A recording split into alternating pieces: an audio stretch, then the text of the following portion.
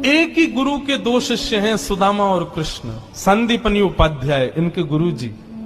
लेकिन एक शिष्य सोने की नगरी का राजा है, पूरे विश्व का अधिपति भगवान है, और एक शिष्य एक फूटी सी झोपड़ी में रहता है। एक बार संदीपनी विद्यालय में जब कृष्ण सुदामा पढ़ते थे, तब भृगु ऋषि पधारे, सबसे क्रोधी ऋषि, और आकर के गुरु माँ से भिक्षा मांगी। माते भिक्षाम देही, माता भिक्षा प्रदान करो। माँ ने मन में विचार किया कि अभी सामग्रियां तो इतनी नहीं कि मैं भिक्षा दे सकूं। मना कर दिया, बोले भगवान आप कल आ जाना, आज तो भिक्षा के लिए सामग्री नहीं है, शाम को जब आ जाएगी तो कल आपको प्रदान कर दूंगा। अब भृगु ऋषि तो क्रोधी, उनको तो जब मांगे तब चाहिए।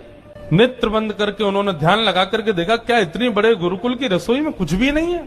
तभी उन्होंने पाया कि वह तूने एक बार भी विचार नहीं किया कि मेरे भी चने थे उसमें। पा गया। सुदामा जी क्षमा मांगने लगे, बोले माफ कर दे लाला, भूख ज्यादा लगी, हमारे खा गए हो, लेकिन वास्तविकता कौन जाने।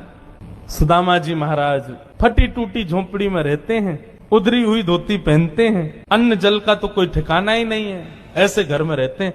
पत्नी बोली, द्वारिकाधीश आपके मित्र हैं, आप जाते क्यों नहीं कभी उनसे मिलने। सुदामा जी बोले, कहीं मेरी दशा देख करके कोई ये ना सोचे गरीब है, भिखारी मांगने आया, इसलिए मुझे अजीब लगता है। और दूसरी बात ये कि मैं कृष्ण का सखा हूं।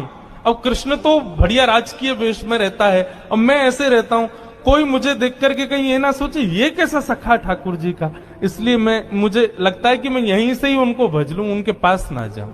सुदामा जी की पत्नी ने सौगंध दे दी, तुम्हें मेरी सौगंध है, जाओ द्वारिकाधीश से मिलके आओ।